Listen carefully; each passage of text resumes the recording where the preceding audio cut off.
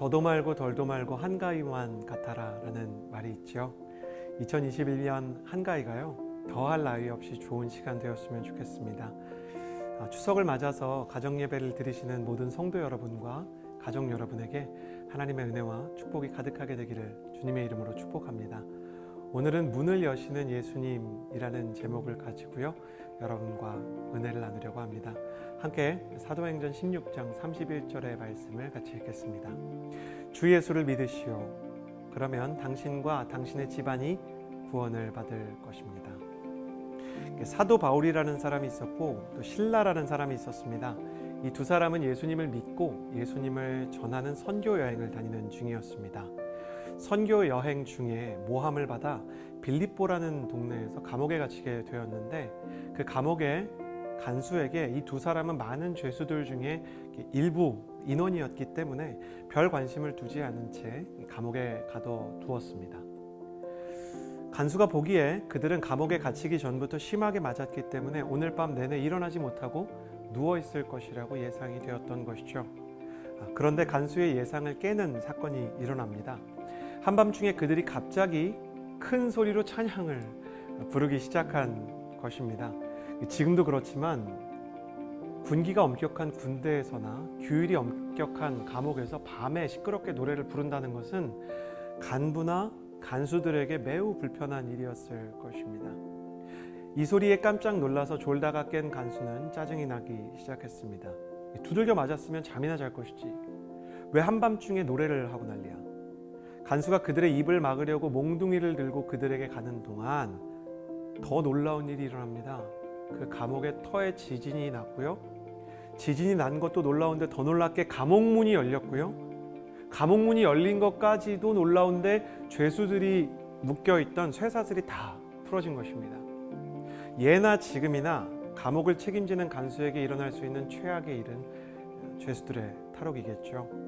게다가 로마법상 탈옥이 생기면 간수는 10중 8구 사형을 당하거나 고문을 당해야 했기 때문에 그는 차라리 스스로의 목숨을 끊어서 그 고통을 모면하고자 했습니다. 그때 이 사건의 시발점이 되었던 하나님의 사람 바울과 실라가 이렇게 그를 향해 소리쳤습니다. 간수님, 죽지 마십시오. 우리는 여기에서 탈옥하지 않고 감옥 안에 머물러 있을 것입니다. 감옥이 열렸는데도, 사슬이 풀렸는데도 나가지 않는 바울을 보면서 간수는 물었을 것입니다. 두 분, 이게 대체 무슨 일입니까? 그리고 제가 어떻게 해야 하겠습니까? 그때 바울과 실라가 이렇게 말했던 것입니다. 우리를 이 감옥에서, 이 사슬에서 풀어주신 분은 우리가 전하는 예수 그리스도이십니다. 우리를 풀어주신 예수 그리스도를 믿는다면 당신도 당신의 죄와 당신의 연약함과 실패와 아픔과 어려움에서 풀려나게 될 것입니다. 주 예수님을 믿으십시오. 그렇다면 당신의 집안이 구원을 받을 것입니다. 이 말을 듣고 간수는 예수님을 믿어야 되겠다는 확신이 들어서 가족들과 함께 예수 그리스도를 섬기는 예배를 시작하게 되었습니다. 그리고 이 가정이 바로 기쁨의 서신의 본진이 되었던 빌립보 교회가 된 것이죠.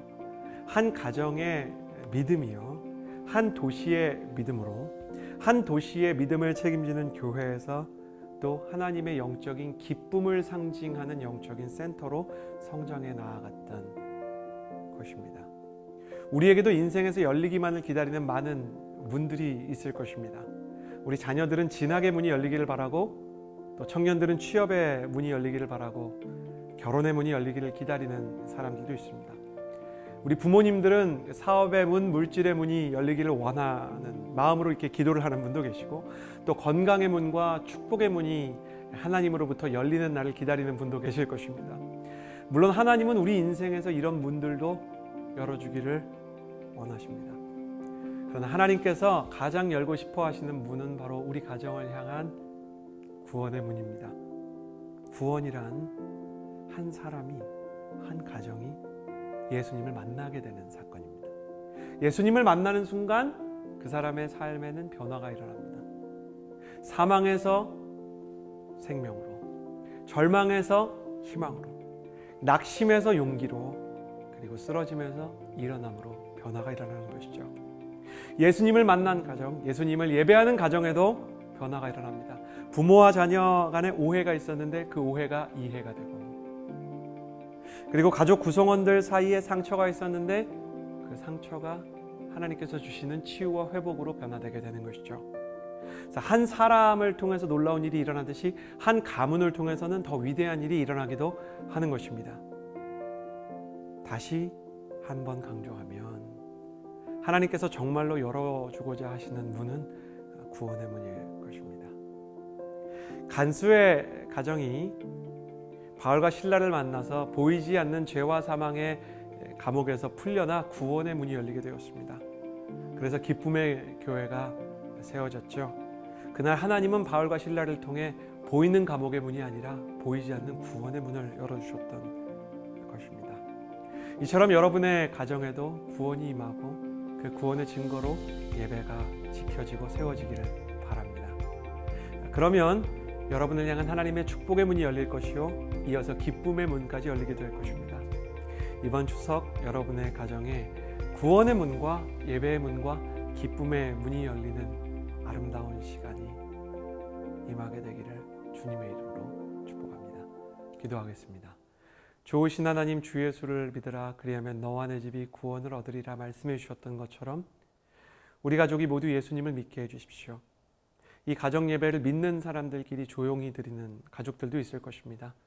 믿지 않는 가족들에게도 복음이 전해지게 하여 주시고, 모든 우리 가족들에게 구원의 문이 열리고, 그리고 예배의 문이 열리고 기쁨의 문이 열리게 하여 주옵소서.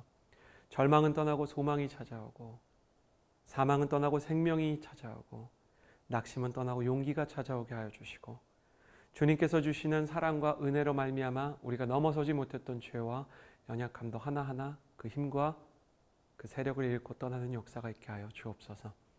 사랑하는 우리 성도님들의 가정을 주께서 지켜주실 줄을 믿습니다. 예수님의 이름으로 기도드렸습니다.